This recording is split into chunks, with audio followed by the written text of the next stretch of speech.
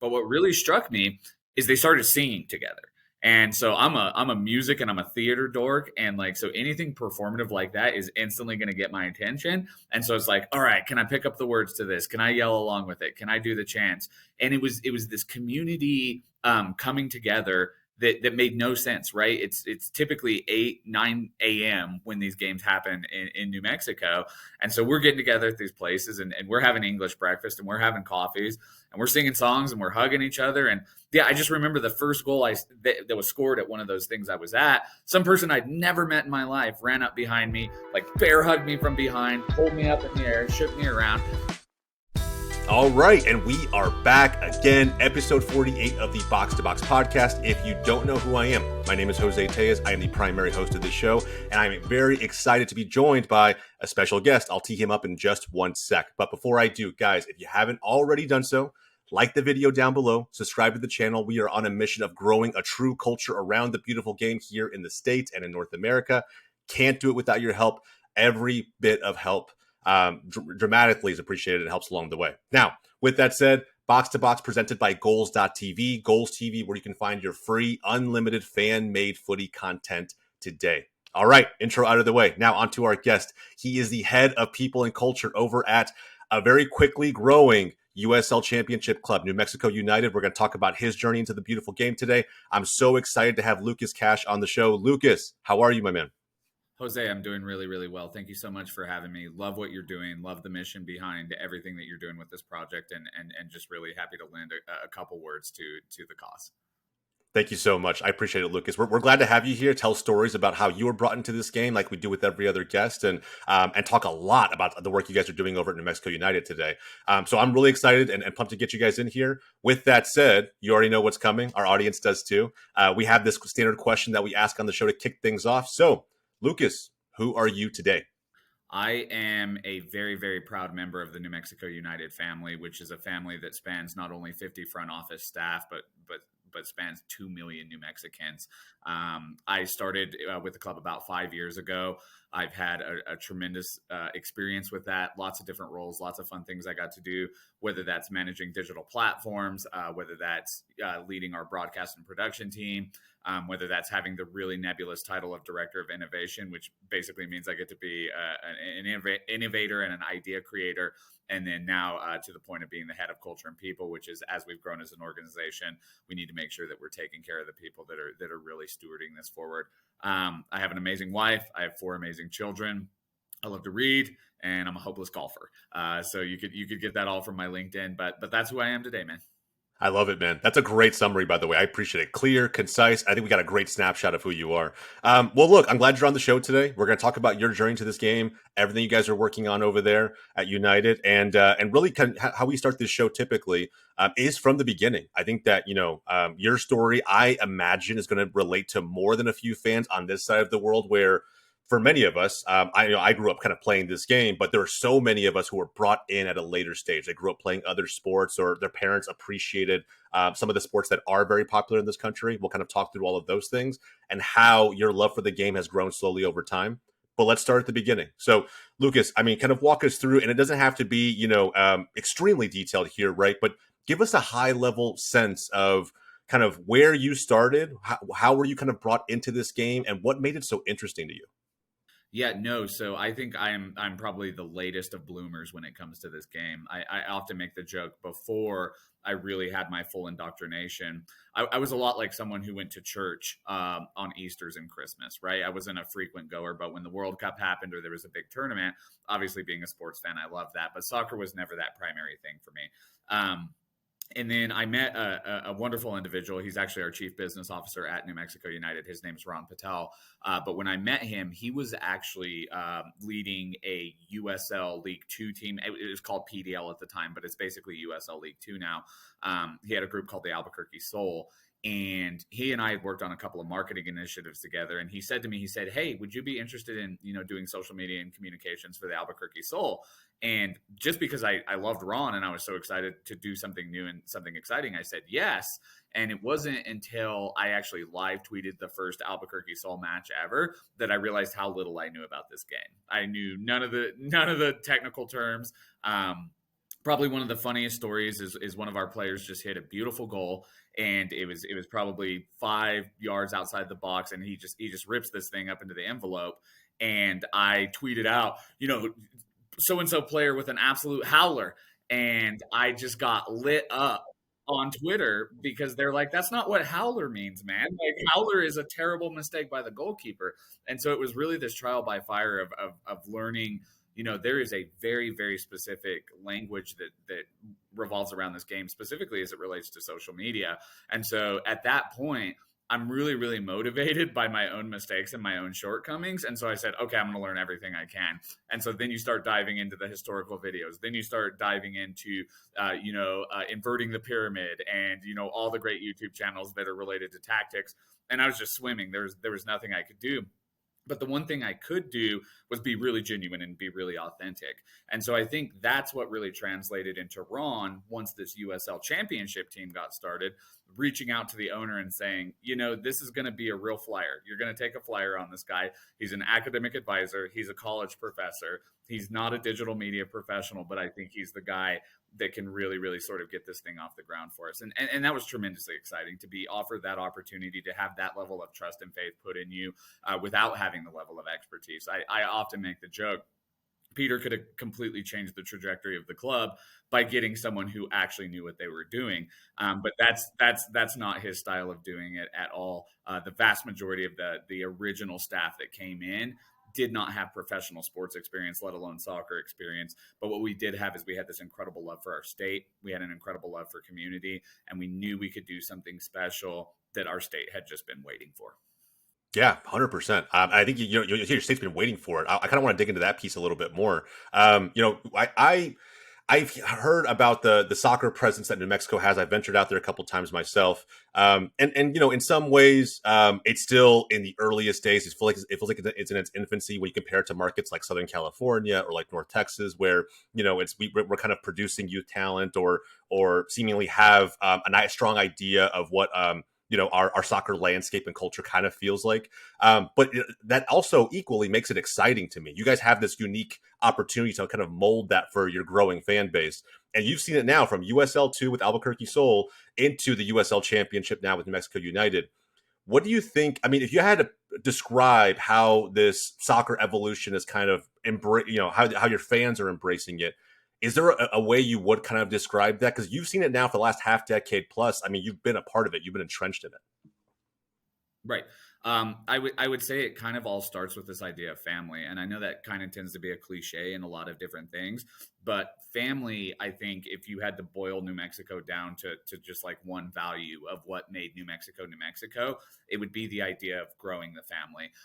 That we are all about building longer tables, not fences, right? So when we have someone new coming into the equation, we want to welcome into the fold. And New Mexico marries that love of new individuals and being together with this chip on our shoulder. We are a gritty, tough state that we have from the very beginning, just been someone that no matter what circumstance is laid in front of us, New Mexicans can overcome it. And I think that inherently being a New Mexican, I've been here my entire life, that chip in the shoulder really manifests itself in the idea that not a lot of people even realize that New Mexico is a state. I've gone to many different states. I went to Minnesota as a child, hanging out with some kids at a park. They asked where I'm from. I said, I'm from New Mexico. They said, man, your English is spectacular. And I said, well, it's a lot better than my Spanish, which is non-existent. And so there's just this idea that the New Mexico is a gem that's often forgotten. And the people who live here understand how special it is, whether that's the food, whether that's the culture, whether that's the things that have manifested out of the state. And so really the soccer team, we had a great opportunity to let that be an expression of our state. We say a lot around the office. We're really a community building organization masquerading as a soccer team. Yes, we want to win cups. Yes, we want to have success on the pitch. We have an incredible technical staff. We have incredible players. But underneath all of that is a bedrock that is the thing that has sustained this movement that you're talking about. If it was all about soccer, it would it'd be a flash in the pan. But what we tapped into was that familial spirit of we're going to be a community. We're going to be together. Wins, draws, losses, we're going to be in it together, and everyone is welcome to be a part of that movement. I love it. Yeah, and you're welcoming. I mean, I can even feel it as you're kind of saying it, right? I mean, your voice, the way you're carrying yourself at this moment, it all feels as though you're open, right, to anybody who wants to be maybe a New Mexico convert, right? I mean, in this day and age where so many adults are moving for work, able to work remotely. I myself just moved recently from Seattle back to Dallas, and I think sometimes it's easy to gatekeep, right? Especially for soccer fan bases, it's easy to be like, "Hey, you're not from here. You don't know what it means to be a fan of this team. Let us kind of show you, but not be as welcoming as you are about it." I think it's fantastic that you guys really kind of embrace that mantra, and I imagine it spans across your entire staff. Like you mentioned, your players as well. So when you and for me, it really shines through in your content. We were talking about that a little bit off screen today. The content on your YouTube channel is fantastic. I think I haven't even ventured into New Mexico often, but I feel like I have a great sense for what your people are about, what your club is about. And I'm sure you guys must hear that all the time. I feel like you guys have scaled up your content, pretty significantly for a club who's, still looking to grow as much as you can year over year. And it looks like you have some pretty decent resources as well. I mean, talk to me about how that content has been able to help tell stories that bring fans deeper into everything you guys are building.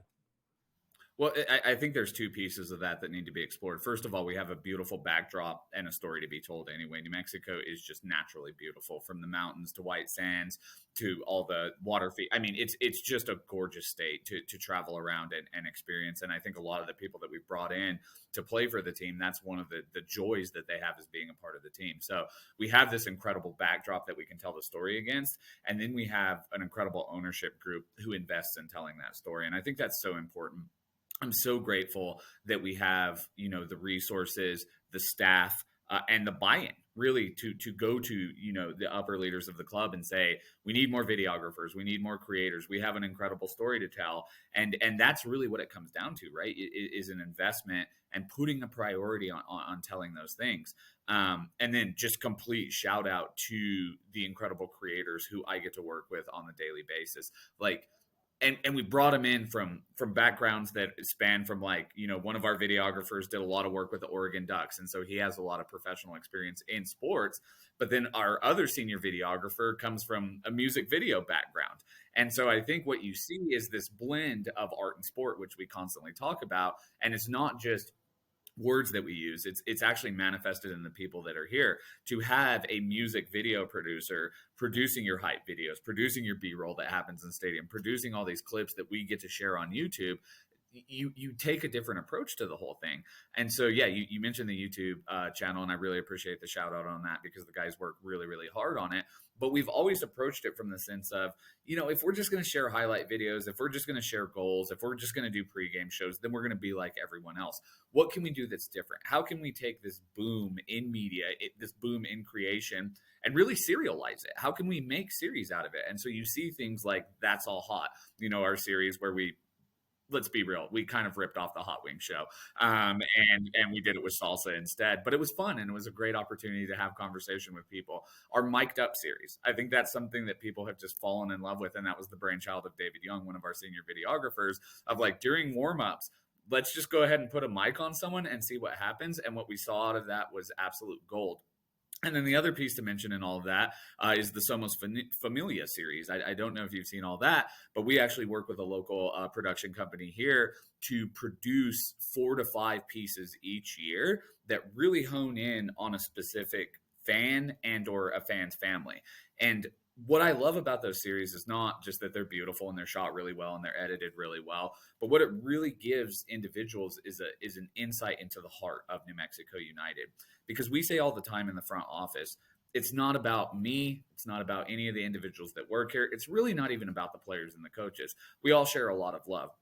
What it's about is New Mexicans. And so anytime we can tell the story of New Mexicans, their experience, what this team means to them, and what this team means to them beyond what's going on the pitch, we seize those opportunities every chance we get them.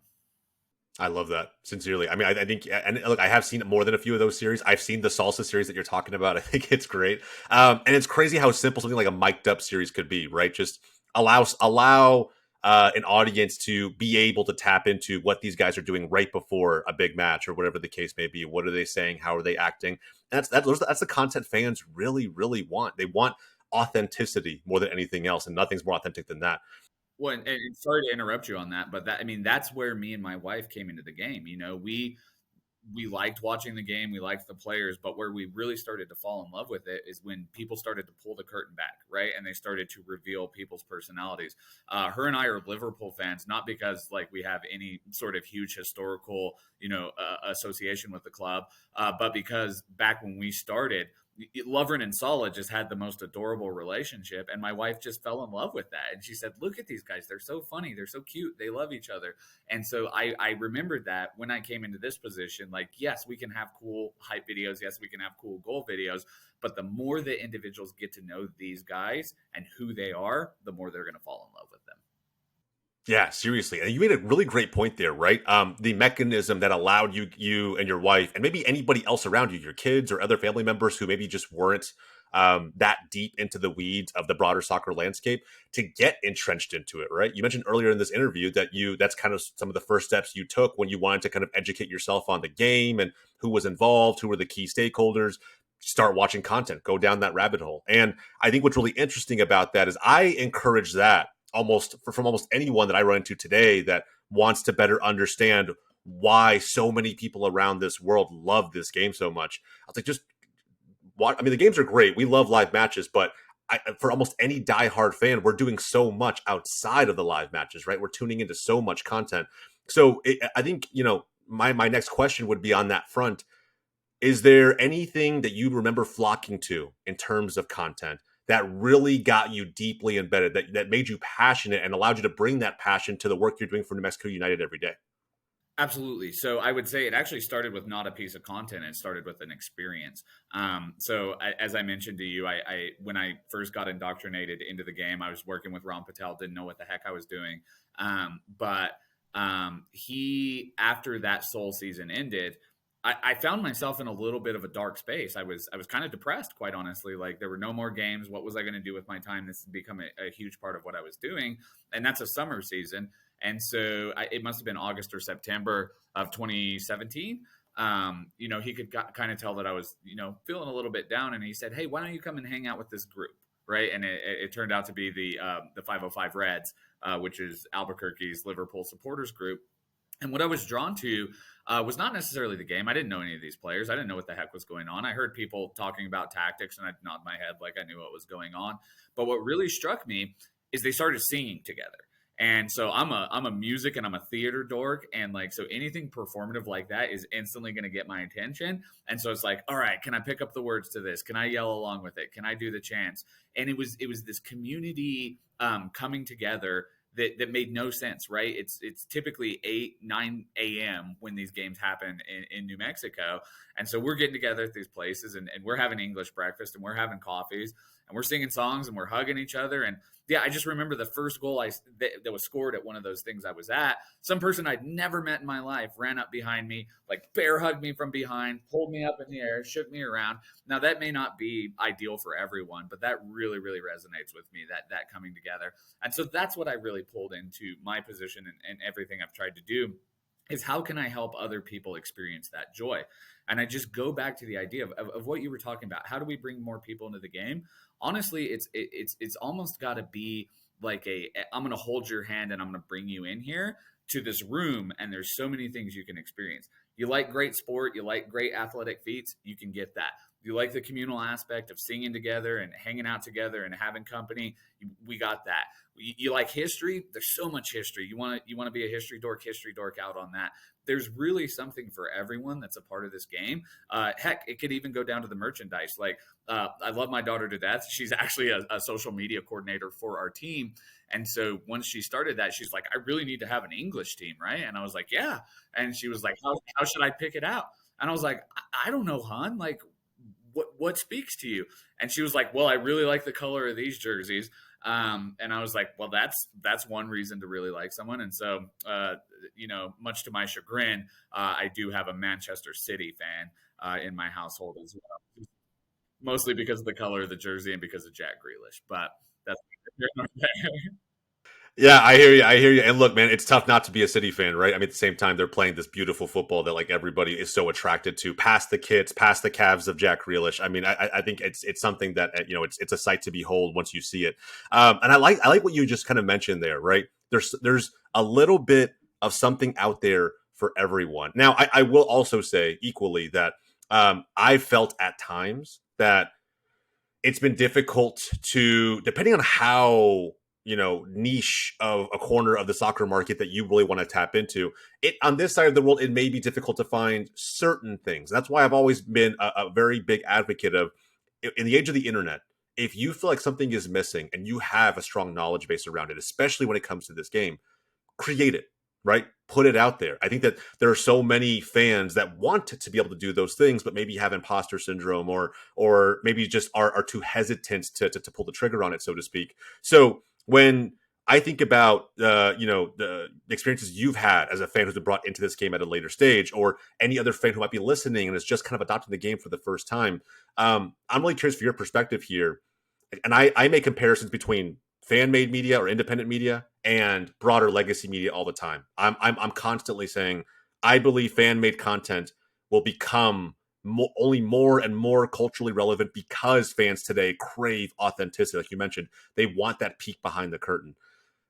I don't know. I'm really curious for your thoughts on those two, kind of legacy media versus independent fan-made media, and how you see that landscape really kind of shifting as we continue to scale soccer up in this country, because I think it's a shift that many aren't closely paying attention to right now. Yeah, I mean, I think it's going to be a combination of the two, Jose. Right? Like, I don't think one of them is going to be able to pull the other one through the mud. I think it's going to have to be a cooperative effort, right? Like a couple of oxen yoked together. I am a huge believer in user generated content. I think that has probably been a lifeblood of New Mexico United. That yes, I work with some of the most incredible creatives in the country. The amount of work that they produce, and the equipment that they have, and the skills that they have are unmatched. But we've often seen times that one of their videos will get wildly outperformed by just a very organic, beautiful post of like, this is my first game, or I got to bring my niece to her first game, or, I've been hearing about this for a long time. And so it's a marriage of those two things, right? It needs to be a sense of urgency, honestly, from legacy media that you talk about. We see it every 4 years. Well, and even now, every 2 years, now that the U.S. women's national team has had so much success. But every 2 years is still not enough, right? It's one of those things that there's still so much that can be covered, that can be told, that we can really change our way of thinking about this sport. And that's not to disparage any other sport. I love all the sports, and I think I just read a book, Fans by Larry Olmsted, that's being a sports fan makes your life better. It makes you psychologically healthier. It makes you physically healthier. There's so many great benefits of being a fan. And so I don't want to disparage anything else, but I do think there's something special about soccer that not a lot of people know about, not to the degree that they know about in the NFL or the NBA or college sports. And that's that soccer, to me, it's just like distilled pure octane, pure energy. I often make the joke with people: you can put a roast in before you go to a soccer game, and you're going to be home in time to check it, right? Like that.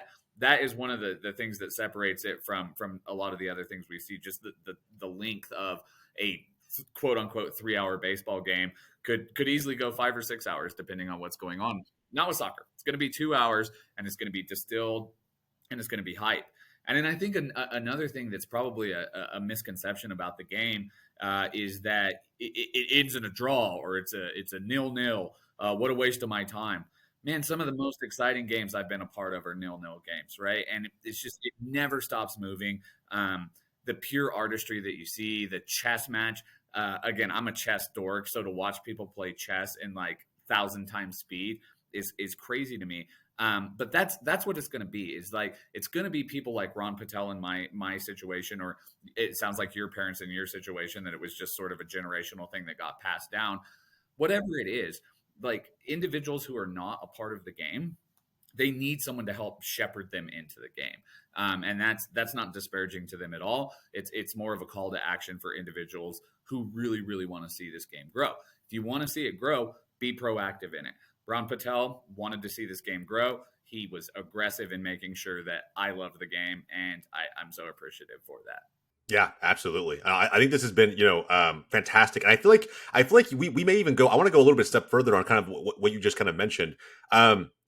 Pretending that someone really is honing in on this part of the episode specifically. Is there a piece of advice that you would maybe give as someone who came into this game late, who took a chance on a USL2 club and that scaled that into what you're doing today with a USL Championship club, and then who knows what your future looks like in the league in this country?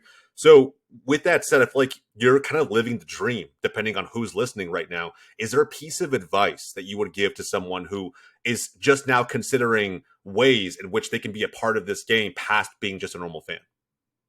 Yeah. I guess it would be a two-part thing. Number one is like just jump in, right? Like specifically in our community, and again, I don't know if this is true for other communities around there. I came into a place that was not judgmental, and loved that I just wanted to be a part of it. And I think that's a piece of advice for the noobs and the people who have been established in the game. If you're a newbie, don't be afraid, right? Get in there, sing the songs, let someone pick you up and shake you around at 9 o'clock in the morning. Like you will get joy out of that. And if you're someone who's been long established in this game, be kind, be gracious, because those are the people that helped me love the game. Fortunately, I haven't run across too many people that are gatekeepers and elitists and saying like, this game isn't for you. You don't know anything about this. I have been fortunate enough to run into people that are so happy to explain what this formation means or why that was such a good ball. And, I love yelling those things out. Good ball, good ball. In the beginning, I was just mimicking other people, but because people took the time to explain that to me, now I really do feel like I can be ingrained in that, and that I am making a somewhat experted like opinion on something. So that would be the huge advice, is like it's tough to break into a new hobby or a new passion. And it's always wonderful to have people that have been a little bit further up the road than you that want you to come along with them. That spirit of fellowship, that spirit of let's be together in this. And that the more people that are a part of this, the better it is. My kid watches Adventure Time all the time. And one of the great lines that comes out of Adventure Time is, to be really good at something, you got to suck at it first. And so I think that's what people just need to understand, is that if you've never experienced this game, that's okay. Find a cool person who will explain it to you, and find the parts that really speak to you. Yeah, absolutely. Or equally, right? If you never created content and you're kind of nervous about how that's going to look and feel, I mean, we could probably, both confidently say that, hey, you're probably going to be, in your opinion, or maybe some other opinions, quote unquote, bad at it. Like, that's just part of starting anything new. You don't really know what you're doing. You're making it up a little bit along the way. But the more consistent you get, the more effort you put in, you're going to get better. If I were to go back and look at what Box to Box looked like in the earliest episodes, I mean, we're light years ahead of where we were. My intro is a little more polished. The manner, my questions are a little bit deeper and better. You just get naturally better at something you do consistently over time. And I think probably it relates to what you just said, but I think over time, you will also feel more comfortable and be yourself. I think that part of it, be your authentic self, is so true. And such in this internet world of content creation, so many people lose sight of that, right? Because they go on the hunt of, view counting, view farming, right? Trying to be like someone else to quickly grow and get to a point where they feel this is something they could really do long term in a sustainable way. I'm okay. I think mainly because I'm a soccer fan. I've been a part of this game before it was ever cool in this country. But I think in a big way, I've learned through that lens that the good things take time always. And I think that, I'm okay with taking years before anything big in this, before soccer blows up to be what I feel it could be, which is a top 3, top 2 sport in this country. And so I love your advice. I would kind of layer on what I just said on top of it. I think it's something that if you're out there and aspiring to create content because you know this game so well, just do it. You're going to get better along the way, right? So I love that. 100%. And so I think this is a really like funny parallel. But geologists, they will cut into these humongous mountains, and they will see these layers, and they will be able to tell you, the evolution of that mountain over time. And we get tons of praise for the content that we create, and I'm so thankful for that. And again, I told you off air, almost none of it. Sometimes I'll write the script for a video, or sometimes I'll help with the captioning, but really it comes down to the creators. But if someone really, really wanted to waste a lot of time and they wanted to keep refreshing that Instagram feed up, and go all the way back to 2018, looks nothing like it does now. It was wretched. It was before I brought on graphic designers. It was before I brought on videographers. It's almost painfully bad. But by that same token, I'm really proud of it. Because what people need to keep in mind is you've got to start somewhere. Even though we're not making the stuff that we weren't making the stuff then that we're making today. We had to get the community growing somehow. We had to be authentic. We had to do something. And then as more people came in, as the family grew, as we were able to bring in more and more talent, we were able to get to this place. But really, every great creation, whether that's a TV show, a movie, whatever it is, it starts in really, really humble beginnings, right? It probably starts with some dork like me, sitting in their basement, hammering out a script, really having a vision for something. And then, maybe it's really, really rough. You name me a TV show that the pilot is better than the series finale, I'll send you $100 right now, because they just don't exist. As it grows, as it goes, it grows. That's Crush It Undo. That's actually the state motto of New Mexico. And we really try and live that out every day. We're going and we're growing. I love that. That's a great model to live by, seriously. And I think it's true of almost anything, right? And as we kind of have this conversation and I'm listening to some of the advice that you're giving, I think it's advice that's applicable also to, the fans on this side of the world who believe that American soccer can't grow past a certain point. There's a firm ceiling on it, and that it's just never going to overtake the likes of NFL, NBA, MLB, any of those top American sports that really do have this very ingrained Americanized sports culture completely built around them. And to me, I refuse to really believe that. I think anything with wheels around it has potential. It's just a matter of, how much can we water it between now and when it hits that moment, that potential, that ceiling. But I think it's something that a lot of fans need to hear. And I always in some form or fashion, I ask this question on almost every episode because I'm curious for people who work in this game, how they view the growth of the sport, right? So when you think about where soccer was when you started, when you first entered this game professionally, and kind of where you are today and where you see it going moving forward, I mean, is there anything, a factor, an attribute, something that you can point to that says this is kind of what we're missing that will take soccer to the top, that will really kind of make it a namestay sport in this country or in broader North America? If I had to boil it down to one word, I would just say experience. People need to experience soccer, and that can happen in a lot of different ways. Watch the Women's World Cup that's coming up this summer, right? And see, there's just something about it that once you start watching it, you can't really put your finger on it, but you're like, I'm feeling incredibly patriotic right now, and I want us to destroy England, right? So like, I don't know anything about this sport. I don't know what's going to happen. And again, that's what new people should understand. You may not understand what happens when that little AR puts his flag up on the side and why the play stopped all of a sudden, but that's okay. Just get excited about it. And if you can experience live soccer, that's even taking it to another notch, because there is an energy around this game, specifically in the live forum, that you're really not going to get anywhere else. I have been in incredible college basketball atmospheres. Albuquerque is home of the Pit, and the UNM Lobos have a historic arena that is so fun to be a part of. And I would never take anything away from that. All I would say is just soccer is completely different. Again, you will be hugging people you've never met in your life. Our owner and CEO tells this wonderful story of our opening match. He was kind of surveying the crowd, and there was a guy who looked like maybe he had just got off work at a financial consulting firm, or maybe he was a lawyer or whatever, but he had the loosened tie and the suit and everything like that. And so he makes his way down to the seat, and right next to him is a lady with blue hair and piercings and tattoos everywhere. And, to start the game, they were a little bit standoffish, I don't know about this person. I don't know about this person. And then Devin Sandoval, our first signed player in history, scores this historic goal. And those two embraced and hugged each other in a way that you thought they would have known each other for 100 years. And I just don't know that there's any other example in sport where you're going to see that just that ability to put all your differences aside.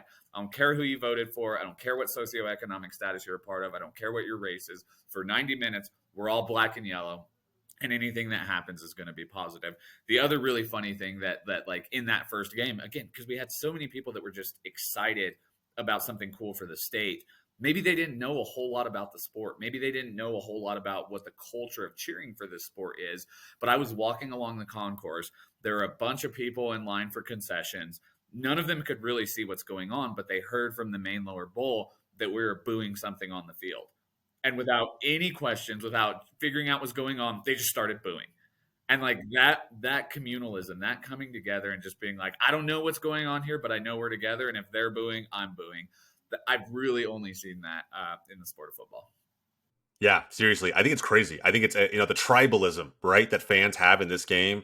The fans' journey is such a unique experience, when it comes to soccer specifically. I think it's the way you put it, right? It's so interesting to see when fans enter this game and how quickly they get acclimated to that tribal nature in which fans of any given club, whether it's Mexico United or Manchester United, right? It's crazy how quickly they become acclimated to that communalism, that tribalism, and just start acting, behaving, speaking the way that their fellow fans do.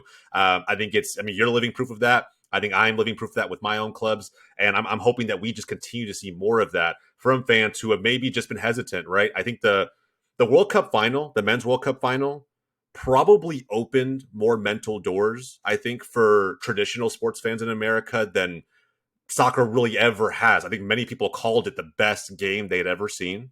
And I really want to touch on that point before we kind of get closer to the end here with everything you guys are working on in Mexico United today. But one, with the World Cup final, is there anything that stood out to you from a fan who's still relatively new, right? You've been in this for half a decade plus or a decade plus, and you're still kind of, building up your own path and your journey in this game, as well as your families. But when people say that, I think that they talk a lot about the goals that were scored, maybe the pace at which it moved towards the end, the extra time, the drama. There's a lot that you can kind of unpack there. But from your perspective, I'm really curious with the men's World Cup final. Is there something that stood out to you that I think soccer fans can kind of take and really use to build up their passion massively for this game? Yeah, absolutely. No, and I would agree with anyone who says that's one of the best games that's ever happened. How do you put it into words? It was art, it was war, it was all of these different things that really speak to the human condition, right? It's the stuff of great books, the stuff of great movies. The goals were awesome, but what you talked about, the energy, that it was palpable, man. It felt like something thick coming off the TV. Like this is something special. And what really stood out to me is the number of individuals who know that I work for a soccer team, but maybe feel a little bit guilty about not really loving soccer that much. And that's okay. I don't care about insurance, which is where you work. So you don't necessarily have to care about soccer. But so many of these people were reaching out to me and saying, like, asking the question, like, am I crazy, or is this one of the best things that's ever happened? And the answer is yes, it is one of the best things that's ever happened. And quite honestly, it happens on smaller scales 1,000 times a year. Again, like, I think the USL Championship is still relatively unknown, but all you need to do is take a scroll through either the USL Championships feed, or shout out to my guy USL Tactics, John Morrissey. He's an incredible guy who breaks down the games. Like, and just follow him and see this stuff is happening all the time.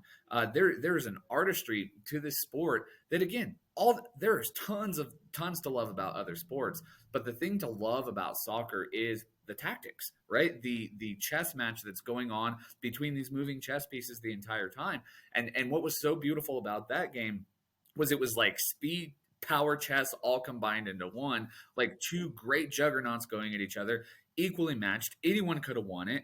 And that is the art of sport, right? That is the heart of sport, is that feeling of like, I don't know what's going to happen, but I definitely want to be here to witness it. Yeah, absolutely. I remember, and I've seen, I can't even count how many matches I've seen across the course of my life. And there are very few matches that will stand out in my mind forever, where I look back and play the highlight reel of a top 5 or a top 10, and that is in there 100%. I think that I had never seen a final with that big of a stage deliver with that amount of quality. I think it was insane. The only other thing I could think of was you being a Liverpool fan in 06 or 07 when Liverpool came back on AC Milan in the Champions League final. That to this day, I couldn't even believe what I was watching.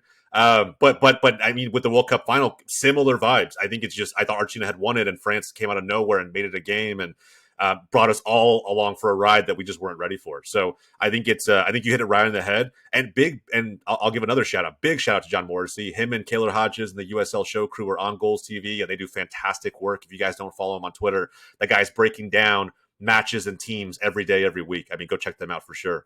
Now, speaking of USL, I do want to pivot slightly over to the very young 2023 season. And everything that, New Mexico United is working on, as well as the broader USL Championship. A lot to get excited about, especially for those who are, well aware of kind of where the season is and the landscape in general. But for those who are not, let's bring them in a little bit. What excites you most about the 2023 season, the USL Championship, and everything you guys are working over there at United? I think the USL Championship has been really, really limber in evolving. And so, I think it really came to a head with the pandemic season and saying we've really, really got to think about how we do sport and how we make this league grow and how we get people interested in this league. So huge shout out to everyone at the league who's really just made it a platform that a lot of people can thrive in. The storylines abound. I mean, again, we couldn't even get into the rivalries between certain clubs, the legacies of certain clubs, how there's almost, competitions that happen underneath the surface level play of everything. Like, again, we have, been really, really successful as a club and, won the attendance, record for every year we've won merchandise sales and in a really, really good and healthy way that's put a target on our back. We love to see other people growing and we love to see that there's this healthy competition. And so there's this grassroots nature to the USL Championship that I think people can really, really tap into. And again, if we go back hundreds and hundreds of years and we see, the sort of culmination of the game in Europe, it starts with these neighborhood clubs. It starts with these small groups that come together, and then all of a sudden 10 people are paying attention to them, and now 20 people are paying attention to them. And that's what's so exciting about this league is it brings that professional sports atmosphere, that excitement into all of these markets that maybe aren't traditionally represented in the other major American sports. I mean, you look at Louisville. What an organization they are. Their stadium that they've built, the championships they've accumulated, the fact that they're almost a shoe-in every year in Morrissey's prediction of who's going to win the East. Like, that is a legacy club that the people of Louisville can be really, really proud of. Tampa Bay Rowdies, same way. I'm gonna give some love to some people that our fan base really, really despises, but they make the league healthy. They make our club healthy, and that's El Paso and Phoenix. I think both of those organizations are doing a great job, but the amount of just like vitriol and passion and adrenaline that you can see in our fan base when, we draw Phoenix Rising in the Open Cup, like there's this palpable, like, yes, like that's that tribalism you were speaking of earlier. And that's the sort of thing that as long as it doesn't go over the top and we're not, saying hateful things and we're not being violent, it's really, really healthy to hate Phoenix, right? Like it's really, really healthy for people in their day to day. I may be having a terrible week, but at the end of this week, I know that we're going to face off against Phoenix. I'm going to be able to get some stuff out. And again, that is the joy of it. The tribalism, the coming togetherness, the something bigger than ourselves nature of the USL Championship. I think that's what's going to sustain it and what has sustained a lot of clubs. And then again, you look at relative newcomers or people that came into the league after us, your San Diegos, your Monterey Bays, they are building something really, really special. And again, on the field, I want to kick the crap out of them, right? But off the field, I want them to be wildly successful and continue to get people ingrained into this game. Yeah, absolutely. A rising tide raises all ships, right? I think we have to have that. I think it's not even just true to the USL Championship. I think it's true to the entire American soccer landscape, right? Whether you're an MLS club supporter, a USL club supporter, a NISA supporter, right? I don't think it really matters. I think understanding that it's, the rivalries, the feuds, the things that we talk about on the field that drive us, that build up so much passion, that keep us on Twitter way past our bedtime, that, that allow us to create the content that we create because we're so passionate about it. That's all great. That's all good. But at the end of the day, right, this sport has a long way to go. I think we're doing very well in comparison to where I think many thought we would be at this time. And I think in order to continue seeing the level of progress and growth that we're seeing, we need to share that broader positive sentiment towards one another when it comes to how we grow, right? Help each other where we can, prop each other up when we can, and really kind of use others, like I would kind of put United in this, use others as inspiration, right? If there are other USL clubs out there not telling stories the way that you guys are telling them, I would use that not as a template for how you could do it, but as inspiration for how you can do it from the lens of your own club, your city, your fans. So I love it, man. Lucas, I love every part of this episode. I had a great chat today. I'm really excited for everyone to tune in. With that said, I do want to give you one more quick platform before we wrap up to shout anything out, your family, your club, your colleagues, anything in between. My family, my club, my colleagues, those are all just synonyms for the people that I love. So yes, huge shout out to my wife who takes care of our 4 kids while I do this crazy journey. Again, I would have never been here without her fearlessness and without her pushing me to do it. Shout out to, and again, this is no disparagement of everyone else, but as their boss, I'm going to say it in case they hear it. Shout out to the greatest creative team in American soccer. David, Isaiah, Jacob, Eric, Nick, Jay Scribe, absolute best in the business. They are a joy to work with. Shout out to David Weesey Carl, who's our head of comms and heads up our social media team that includes Juan and Bella, who, again, I think of maybe the creative team as the chefs, and they have the best people to serve their food up for them in a wonderful way that just creates an incredible experience. And shout out to everyone who has done anything, big or small, whether it's for this club, whether that's, making a donation to the Somos Unidos Foundation, whether that's buying a ticket to come out to the game, whether that's donating blood. We've had so many examples of people that have just given their heart and soul to this club, and it would not be what it is without them. And then in case he's listening and he gets mad at me later, shout out to CEO and owner Peter Trevisani, who took a wild, wild chance on me and has given me the best 5 years I could ever hope for. I'm sure he's glad he did. Lucas, sincerely appreciate you taking time to come on the show today. I really appreciate it. I think you gave a great description of what old and new fans of New Mexico United can expect when they head to the stadium, when they tune into your content, anything in between. I think you gave them a great platform today. With that said, for anyone who stuck around to the very end of the episode, we really appreciate you. I'm going to link the New Mexico United fan channel down below. Please go check that out. It's run by the club. I think you're really going to be impressed with the stories they tell, the different series they have on the channel itself, a ton of content like Lucas mentioned for you to consume. Lucas, again, I'll say it again. Thank you so much for coming on the show today. I really appreciate it. Everyone else, if you haven't done so already, like the video down below, subscribe to the channel. And from everyone here at Box to Box, my name is Jose Tejas. Thank you so much for watching. Catch you guys next time.